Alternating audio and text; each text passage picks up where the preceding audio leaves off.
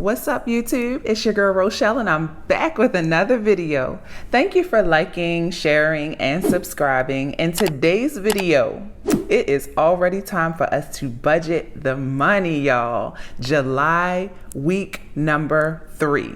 Okay, so for July pay number 3, we're going to budget the numbers, and then I have my calculator here, and I'm going to make sure the numbers add up because we don't need no mistake. First off, let's talk about the income. We have an anticipated income of $4,986 for this week. So how are we going to spend this coin? Now remember, off top, I want to keep the goals in the back of my mind. So I know we want to save. We want to build our sinking funds because we know we're going to have to start to pay rent later this month. So first up, let's dive right into savings. Savings is going to get a total of $542. And next up is giving. Giving will get $200. We don't share who we give to. Let's talk about cash. Cash is going to get $200. So that is what I'll use to stuff my cash envelopes. Personal money is going to get $500, and normally it's $400, but I spent $100 extra on Eva's hair, and I used my own money, and so I just need to reimburse myself back for that. So I just put a little note on here that says hair, and then my husband and I each split $400, so we'll each get $200. Okay, now let's talk about food. Food. For food, we are going to budget $225. And I'll go into more detail about each of these categories, but I just want to give you the overview. Next up is, let's go ahead and talk about the debt. Debt is going to get $234.51. And then I separate the debt because we do use a credit card. We use one credit card for everyday spending. And so that credit card came to $234.51. But we are also not going to forget our debt snowball. So we'll put credit card here. And then our debt snowball for our mortgage is $640. Every time my husband gets paid, we put $640 toward it. And I am excited to see that number go down again this month.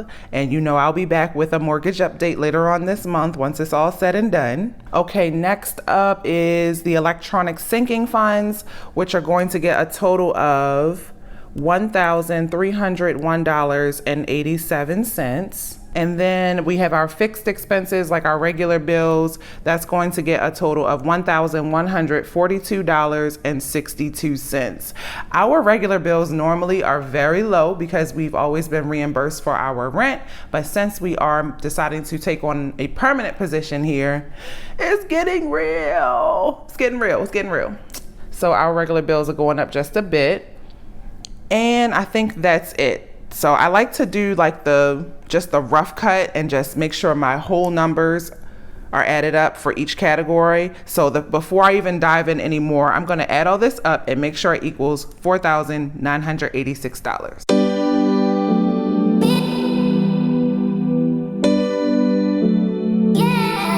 Okay, we are back. We have added all the numbers up and it equals $4,986. And so that is a zero-based budget. Okay, now let's talk about more about how we're going to spend it. So $542 is going to savings. First up, the nickel challenge is going to get $250. We really aren't playing about saving money to make a huge lump sum mortgage payment by the end of this year and hopefully be mortgage free. Next up is the Hot Girl Savings Challenge, y'all. Hot Girl Savings Challenge. For the month of July, we are saving $150. And for the month, after I make this amount, add this amount to savings, I will have met my goal for the Hot Girl Savings Challenge. So let me know in the comments if you guys are doing this savings challenge with us. But I love the cash envelope. You'll see that on payday. Okay, next up is our emergency fund, which always gets $100 no matter what. And lastly in this category is the 26-week savings challenge. And so that is going to get $42 for this week. So that is how we're going to spend $542. Next up is We already talked about giving, debt. Let's talk about the electronic sinking funds. The electronic sinking funds are going to get split into two. First, I am going to take $663 for a secret project that I'm working on. I'm going to also put the rest in our Hawaii sinking fund. And so that is going to get $638.87.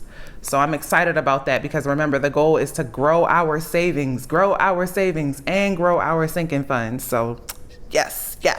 And then next up is food. Now, I don't really trip about food as long as we spend 5% or less of our income. It could be on takeout. It could be on groceries, dining in, whatever, fast food. Even if we decide to have a private chef for a meal, which we have done before, as long as it comes in under 5% of our total monthly income, that's all we're worried about. But we have a goal to spend about $150 on groceries, and the rest will go toward eating out. Now, if things, change and we decide, we want to spend all of that $225 on eating out, that's our business. We're not going to trip about it. Okay, so that is food. Now, the last category are those fixed expenses, that bills and all that stuff. So first up, GoDaddy for my website is renewing for the year, and that totals $19.17. And then rent is getting the rest. This is just prorated rent, y'all. $1,123.45. But we right now in our current location pay $5,500 every month for rent. So we're going to take this one cute little $1,123.45. We do live in Hawaii. This is just how it is for housing. And we are just excited that we get to move into a space that is a little more permanent. We can make it our own. And so that's what we're looking at for rent. And that is just prorated rent for July. We still will have to pay for August rent on August the 1st, but at least we know we got that money set. Okay, so now let's talk about the breakdown, right? Because like I say, I'm a numbers person, and I like to diversify our income and diversify our spending. So I don't want all our money going to one thing. I like to multitask. Electronic sinking funds is going to use up 26.11% of our paycheck. So that's pretty good because remember, the goal is to put as much money as possible to savings and sinking funds. Next up are the bills. Normally this is really low, but since we're paying that rent, it's 22.92% of our income. So that's a huge chunk. And my goal, I do agree with Dave Ramsey's rule that your housing and your lifestyle should only take up about 25% of your income.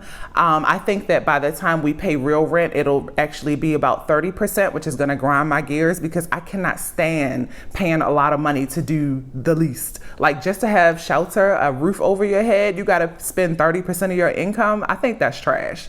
I think that that's really sad, but it's how it is living here in Hawaii, so it means that we'll have to cut back at other areas.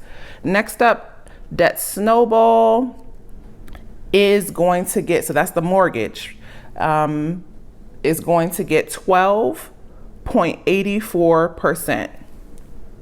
Then savings is going to get 10.87%. Next up is personal. Personal is going to get 10.03%. So that personal money is just money that my husband and I get to blow. So that's why we chose the number 400, because it pretty much equals 10% of our income every pay week. And I like that. I feel like you need to invest in yourself. You need to have money that you can spend on what you want. You work hard, you should be able to spend some of your money.